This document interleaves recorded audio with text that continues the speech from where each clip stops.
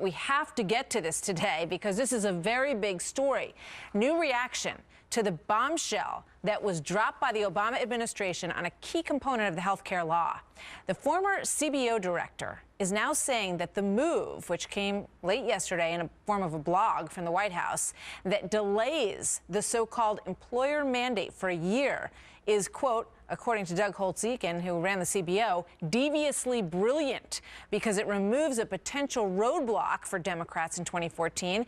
Might be very tough for them in many cases to run with health care starting to percolate up and maybe some issues and problems that would come along with it smack in the middle of the election. That's no longer a problem for them. Doug Holtz-Eakin writes this, quote, explaining away the mandate was going to be a big political lift.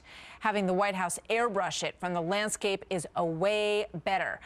Alan Colmes joins us now, host of the Alan Colmes Radio Show. Tony Saig is a former press aide to GOP vice presidential nominee Jack Kemp. He's also the president of Talk Radio News Service, and both are great Fox News contributors. Good to have you here, guys. Great to be with you, Martha. Summer afternoon, just before the 4th of July.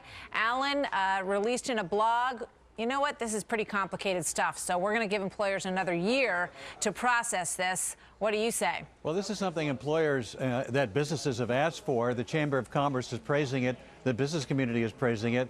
And it's also something contrary to what Holtz-Eakin is suggesting that was really done because of the fact that the law is extremely complicated, and it's something that's been requested by businesses. They're actually also reporting, the Wall Street Journal reported, that it was really done because conservative groups have put roadblocks into implementing the law, and because of those roadblocks, it's taken more time for implementation, not because of some kind of political calculation.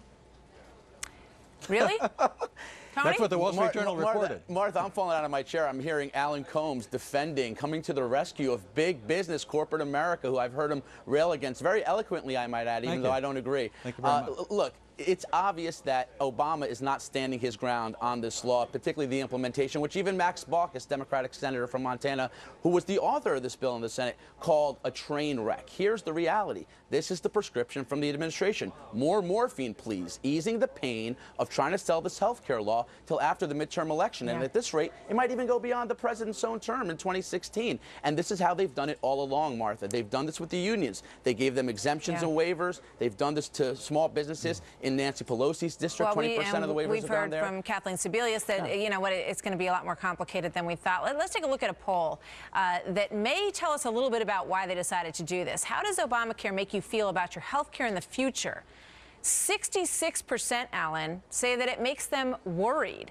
That number is up considerably in the course of the last year. And let's face it, Democrats do not want this in their way when they go out to campaign for the midterm elections. Well, that may or may not be true, but whether that was behind the delay is really a matter of speculation, mostly by those who aren't in favor of Obama or the Affordable Care Act to begin with. Again, it's the Wall Street Journal, the conservative Wall Street Journal, that reported that it was right-wing groups that got in the way of the implementation by consistent challenges. Well, of course they did. I mean, why is that surprising when you know that they've been against it since day one? If I could just finish my thought here. Go ahead. That is the reason it was delayed, not because of a political calculation. It was because the attempts to get in the way of implementation by the conservatives who didn't want it implemented is what is delaying it. But Alan, would you concede that it's helpful? Would you concede that it's helpful? Oh, yeah. I think there could be a political advantage for it, but that may not have been the motivation for having it done in the first place. You know what?